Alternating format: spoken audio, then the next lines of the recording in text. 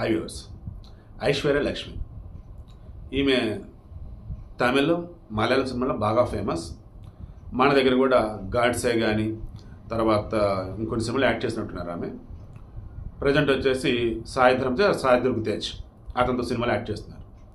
Hello mummy అని కొత్త cinema కూడా ఏదో ప్రమోషన్ యాక్టివిటీస్లో భాగంగా మాట్లాడుతున్న మూమెంట్లో తాను చెప్పినట్టు ఒక మాట నాకు బాగా నచ్చింది. పెళ్ళి అంటే కాంప్రమైజ్ అవ్వటం. నాకు నచ్చింది ఇది కాదు.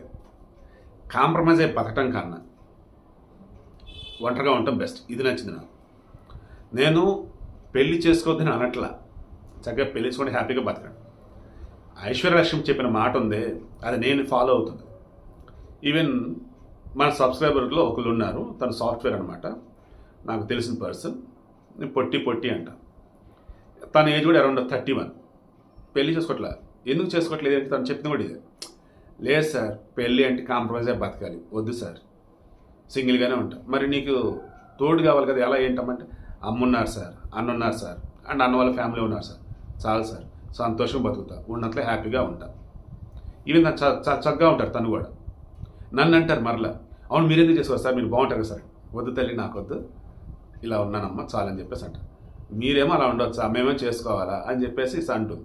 సో ఓవర్గా నేను ఎందుకు చెప్తున్నానంటే వీడియో, పెళ్ళి అన్నప్పుడు అవతల వారు ఖచ్చితంగా మించుకొని ఎక్స్పెక్ట్ చేస్తారు.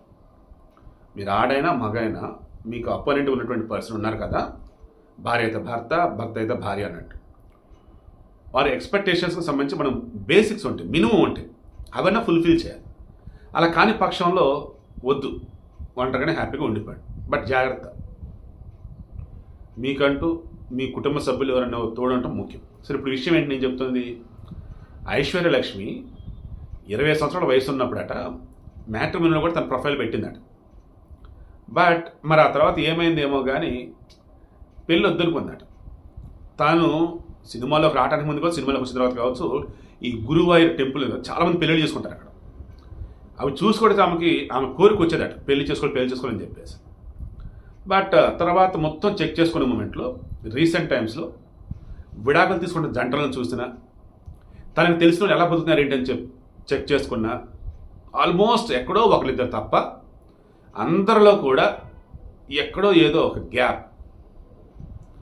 అది శారీరకమైనటువంటి సమస్యలు కావచ్చు, మానసికపరమైన సమస్యలు కావచ్చు. రీసెంట్గా ఒక సర్వే, అందులో ఏంటంటే మన భారతదేశంలో చాలామంది ఆడవారు సెక్సువల్గా భర్త దగ్గర సరైన ఆనందాన్ని సుఖాన్ని పొందలేకపోతున్నారంటే ఆ సర్వేలో పేర్కొన్నారు. బట్ మ్యూచువల్గా కలిసినప్పుడు మాత్రం మేము బాగానే ఉన్నాయి, హ్యాపీగా అని చెప్పేసి భర్త చెప్తూ ఉంటారు. అంటే వాళ్ళు ఓపెన్ అవ్వలేకపోతున్నారు. అసలు విషయం ఏంటని సరే పక్కన పెడదాం, రెగ్యులర్ లైఫ్కి వద్దాం. రెగ్యులర్ లైఫ్లో కూడా ఆడవాళ్ళకి చిన్న కోరికలు ఉంటాయి. ఆ చిన్న కోరికలు కూడా మగవాడు పట్టించుకోడు.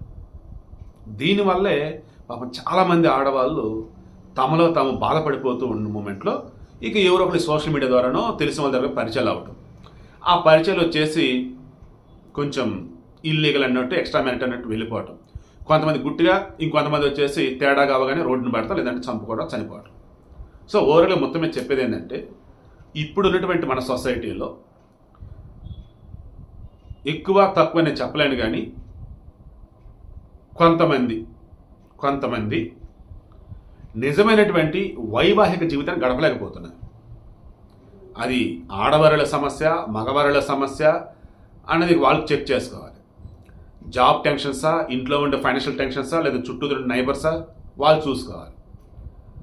బట్ అంతిమంగా చెప్పేది ఏంటంటే, విడిపోవటం కాకుండా పెళ్ళైన తర్వాత కౌన్సిలింగ్ తీసుకోవటమో, లేదంటే వీళ్ళిద్దరే చక్కగా గుడ్ లాంటి ప్రశాంత ప్రదేశంలో కూర్చొని మాట్లాడుకుంటే నీకున్న సమస్యలు ఏంటి ఆ చెప్పే విధానం కూడా చాలా అందంగా చెప్పగలిగితే దాన్ని సాల్వ్ చేసుకోవచ్చు. విడాకులే సమస్య పరిష్కారం అనుకుంటే మన దేశంలో కోట్ల విడాకులు తీసుకోవాలి, అది కాదు కదా. సో ఒకటి, ముందుగానే మనం బెస్ట్ ఇవ్వలేమనుకున్నప్పుడు ఒంటరిగా ఉండిపోవడం. లేదు, పెళ్ళైంది అనుకున్నప్పుడు ద బెస్ట్ ఇవ్వలేకపోయినా మినిమం అన్నది ఇస్తూ మన రెస్పాన్సిబిలిటీని ఫుల్ఫిల్ చేస్తూ అవతల వారికి, ఆడవారైనా మగవారైనా, భర్త అయినా భార్య అయినా, ఇవ్వాల్సిన ఇంపార్టెన్స్ ఇస్తూ ఆ వేళ ముందుకైతే వెళ్ళండి. సో అంతిమంగా నేను చెప్పేది, ఖచ్చితంగా మనిషికి తోడు అవసరం. లేదు బాబు, మేము నన్ను చేసుకుంటే వాళ్ళు ఇబ్బంది పడతారు మా వల్ల, వద్దురని అనుకుంటే సింగిల్గా ఉండిపోవటం ఉత్తమం.